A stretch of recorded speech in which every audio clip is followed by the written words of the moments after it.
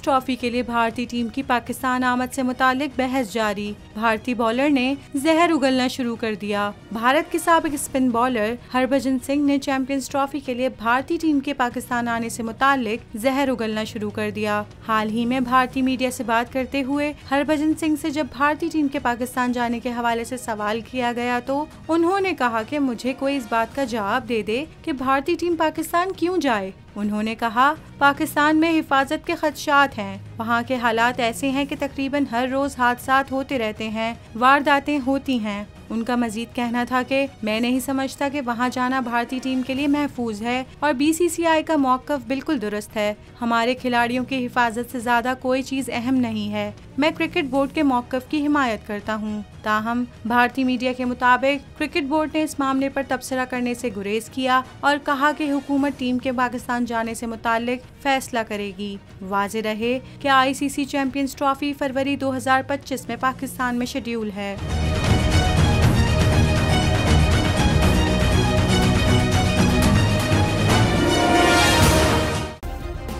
Subscribe करें और bell दबाएं ताकि कोई खबर रह न जाए।